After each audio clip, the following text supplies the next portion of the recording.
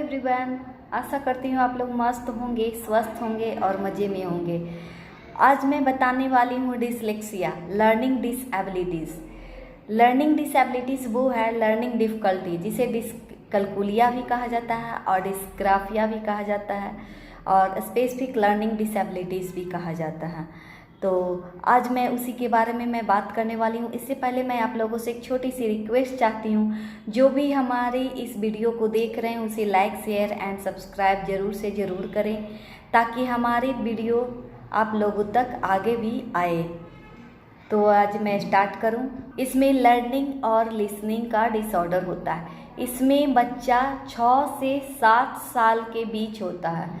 10 years के आते आते ज़्यादा होने लगता है। 10 इयर्स में आते आते बच्चों में ज़्यादा होने लगता है। उसमें ये होता है कि वो बी को डी समझते हैं। बैड अगर बर्ड दिया गया है तो बैड को डैड समझते हैं। में बी और डी में बहुत ज़्यादा कन्फ्यूजन होती है। 6 है तो 9 समझेंगे, और अगर उसमें स्पेलिंग्स मिस्टेक्स होती है। सिमिलर वर्ड्स में बहुत कन्फ्यूजन होता है। मैथ में कन्फ्यूजन होता है, प्लस को माइनस, माइनस को प्लस समझते हैं। जैसे 51 है तो 21 समझेंगे, 61 है तो 71 समझेंगे। तो वो उस चीज़ को समझ नहीं पाते हैं और उन्हें काफ़ी मिस्टेक्स होती है। उन्हें बैकवर्ड में कन्फ्यूजन होती है। सेम सुनाई देने वाले वर्ड्स में कन्फ्यूजन होती है। जब टीचर्स पढ़ाते हैं तो उस चीज़ को समझ नहीं पाते हैं। वो उन्हें इशारों से समझाना पड़ता है। वो इस चीज़ बातों को समझ नहीं पाते। वो खुद ही मन में ऐसा सोचते हैं, मुझे में ऐसा क्या कमी है, और इस कारण से वो हीन भावना करने लगते हैं, खुद में हीन भावना होने लगती है, और उसके कारण एंजाइटी लेवल बढ़ जाता है। उन्हें ऐसा लगता है कि मैं लोगों के जैसा क्यों नहीं समझ पाता हूँ। तो उन्हें बहुत कन्फ्यूजन भी होने लगती है। जैसे एक छोटा सा एग्जाम्पल मैं लेना चाहूँगी। ईशान, तारे ज़मीं पर मूवी आप लोगों ने अगर देखा है तो ईशान का ऐसा था, वो बी को डी समझते थे। मैथ्स में कन्फ्यूजन होती थी, प्लस को माइनस समझते थे, माइनस को प्लस समझते थे। हैंड राइटिंग उनका क्या होता है, उनका हैंड राइटिंग अच्छा नहीं होता था। उनका सुनने में प्रॉब्लम होती थी। अगर वाइट बोर्ड में अगर वो लिखा हुआ होता है तो उस चीज़ को वो ठीक से सही तरीके से वो लिख नहीं पाते थे। और उन्हें अगर बी है तो डी, अगर उन्हें एक अलग तरीके से एक कार्टून की तरह नज़र आते थे वाइट बोर्ड से। आप लोग अगर देखे होंगे मूवी तो उससे ये पता चला, बाद में आमिर खान ने फिर पता किया, डायग्नोस किया, तो उसे डिसलेक्सिया थी। इसमें पहचान ऐसे किया जाता है जैसे क्या होता है, बच्चे में बातचीत में गड़बड़ी करना, स्पेलिंग्स मिस्टेक्स करना, वो प्लस को माइनस समझेंगे। बोलने में कन्फ्यूजन होना, वो बीच बीच में बोलेंगे तो अटकने लगते हैं। उन्हें बहुत काफ़ी कन्फ्यूजन फील होती है, कन्फ्यूजन होने लगते हैं। वो अपने में उलझे हुए होते हैं, और वो वर्ड को एक से पहले कर लेते हैं, माइंड में पहले सेट कर लेते हैं, और उसके बाद फिर बोर्ड से देख कर लिखते हैं। एक एक लेटर को वो जब वो देखेंगे तब वो लिखेंगे। जब वो एक वर्ड को देख रहे होते हैं तो लिखते हैं, लेकिन नॉर्मली ऐसा नहीं होता। नॉर्मली ऐसे बच्चे जिनका IQ नॉर्मल होता है वो क्या करते हैं, वो पूरे सेंटेंस को पहले पढ़ लेते हैं और फिर उसके बाद कॉपी पे लिखते हैं। लेकिन डिसलेक्सिया वाले बच्चे इस तरह से नहीं कर पाते हैं। वो एक वर्ड को पहले देखेंगे व्हाइट बोर्ड पे, फिर वो लिखेंगे। तो उस कारण से वो इस तरह से वो काउंटिंग के थ्रू समझाया जाता है। इसका सॉल्यूशन यही है कि उसे काउंटिंग के थ्रू समझाया जाता है, एक स्पेशली काउंसलिंग किया जाता है। बच्चों को एक एक वर्ड को प्रैक्टिस करवाया जाता है, एक एक वर्ड को प्रैक्टिस करवाया जाता है, ताकि वो किस तरह से वो बच्चा उस लेवल तक पहुंच पाए। पजल्स दिखाना, फन टाइप का करना, रैपो बिल्ड करना, इसमें ये कहा जाता है, इसमें बच्चा का देखा जाता है कि बच्चा का किन चीज़ों में ज़्यादा इंटरेस्ट है।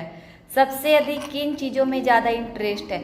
और एक बात मैं आप लोगों को मैं बताना चाहूँगी कि जो भी डिसलेक्सिया होते हैं वो किसी किसी चीज़ों में ज़रूर वो इंटरेस्टेड होते हैं। जैसे उन्हें पेंटिंग करना अच्छा लगता है, तो या फिर कहेंगे डांस करना अच्छा लगता है, या फिर हॉकी खेलना अच्छा लगता है। तो बच्चा में जिस तरह से जिस चीज़ में वो इंटरेस्टेड होता है उस चीज़ को जागरूक करना होता है कि आपको जो मन है अपने तरीके से, अगर वो पेंटिंग करना जानता है तो आप अपने तरीके से जो लिखना चाहते हैं वो लिख सकते हैं।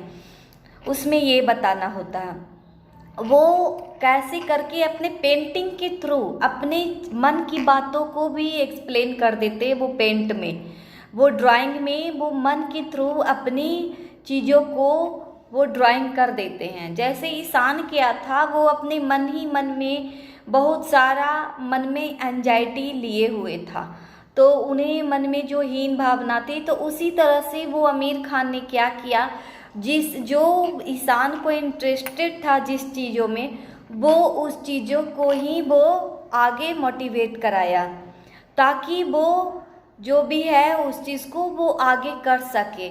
अब तो ऐसा है सीबीएसई में भी एक रूल कर दिया गया है गवर्नमेंट के द्वारा कि जो बच्चा इस तरह से पीड़ित होते हैं तो उन्हें एक स्पेशल एजुकेटर दिया जाता है ताकि अपने जो भी चीज़ों को अपने सही तरीके से लिख पाए। जैसे पेपर देने के पहले क्या किया जाता है, पेपर देने के पहले एक स्पेशल एजुकेटर के द्वारा समझाना होता है कि वो आप किस तरह से आप उन चीज़ों को लिख रहे हैं, और फिर वो समझाते हैं। जब बच्चा का फुल्ली ओपन होता है, पूरी तरह से वो अपनी तरह से ओपन माइंडेड होती है कि वो आगे स्पेशल एजुकेटर से पूछ सके। जब उसे क्वेश्चन समझ में नहीं आती है तो वो आगे भी पूछने का अलाउ परमिशन होता है उस चीज़ को लेकर। तो हम लोग जैसे अगर पेपर का टाइमिंग 1 आवर है तो 15 मिनट एक्स्ट्रा दिया जाता है। अगर 2 आवर्स है तो 30 मिनट एक्स्ट्रा दिया जाता है।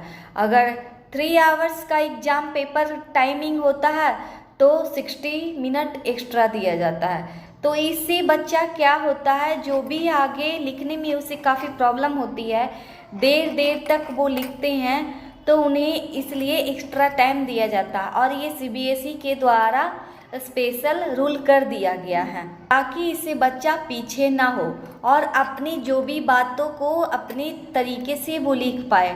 अब तो इस तरह से कर दिया गया और इससे बच्चा काफ़ी मोटिवेट होते हैं और वो अपनी अपने चीज़ों को आगे लिख पाएंगे। इससे क्या बच्चा बोलता है और लिखता भी है लेट से, में कलर्स को पहचानने में डिफ़िकल्ट होता है, सिंबल्स को पहचानने में डिफ़िकल्ट होता, उन्हें हैंडराइटिंग ख़राब होती है। तो इस तरह से बच्चों को मोटिवेट किया जाता है, कराया जाता है। पहले स्पेशल एजुकेटर के द्वारा या फिर स्पेशल काउंसलिंग के द्वारा उसे समझाया जाता है, काउंसलिंग करवाई जाती है कि किस तरह से बच्चों को आगे मोटिवेट कराया जाए, कैसे उस बच्चे को डिसलेक्सिया से बाहर निकले। तो इसलिए उसे समझाया जाता है, एक एक करके एक एक वर्ड को समझाया जाता है। जब 5 है तो 5 इस तरह से लिखाएगा, उसी तरह से एक प्रैक्टिस करवाया जाता है ताकि वो डिसलेक्सिया से बाहर निकल सके। जब उन्हें लेफ्ट एंड राइट में कन्फ्यूजन होती है तो उन्हें इस बातों को समझाया जाता है कि लेफ्ट क्या है, राइट क्या है। वो अपने फन के द्वारा, रैपोविल्ड के द्वारा उन्हें समझा सकते हैं बच्चों को कि किस तरह से ये, कहाँ से ये राइट है, क्या लेफ्ट है। इन बातों को आगे हम समझा सकते हैं। इन सारी चीज़ों को वो एडजस्टमेंट नहीं कर पाते हैं। वो खुद में ऐसा होता है कि बच्चा अगर इस तरह से होते तो वो खुद में शूज़ लेस नहीं बांध पाएंगे, खुद से शर्ट का बटन नहीं लगा पाते हैं, खुद से वो खुद कॉम्स नहीं कर पाते, वो अपने खुद से बाल को से नहीं कॉम कर पाते हैं। अगर बच्चा लेट से भी एडमिशन लेता है तो उस कारण से भी साइड अफेक्टेड हो सकता है, डिसलेक्सिया से लोग पीड़ित हो सकते हैं। बच्चों का लेट एडमिशन के कारण भी साइड अफेक्टेड हो। अगर बच्चा इस डिसलेक्सिया से अगर पीड़ित है तो बच्चे टीचर्स भी क्या करते हैं कि अगर बच्चा किसी और से भी और दूसरे बच्चे से कंपेयर करते कि देखो ये बच्चा कितना तेज है, तो उस कारण से भी उन्हें डिसलेक्सिया हो सकता है, आगे बढ़ सकता है। इसी से और वो पहले इसका यही कारण है कि एंजाइटी लेवल बढ़ेगा और उसके कारण भी डिसलेक्सिया होने का चांसेस काफ़ी ज़्यादा हो जाता है, क्योंकि वो डीमोटिवेट हो जाते हैं और दूसरे बच्चों के साथ टीचर्स कंपेयर करने लगते हैं, तो इससे बच्चा भी डीमोटिवेट होकर वो डिसलेक्सिया होने के चांसेस काफ़ी ज़्यादा हो जाती है। तो आशा करती हूँ आप लोग को डिसलेक्सिया आप लोग को ये चीज़ें समझ में आ गई होगी। अगर नहीं समझ में आई है तो आप मुझसे फेसबुक और इंस्टाग्राम पे कांटेक्ट कर सकते हैं, नीचे लिंक शेयर दिया गया है, उस पर आप कांटेक्ट कर सकते हैं। Okay, tata, bye bye.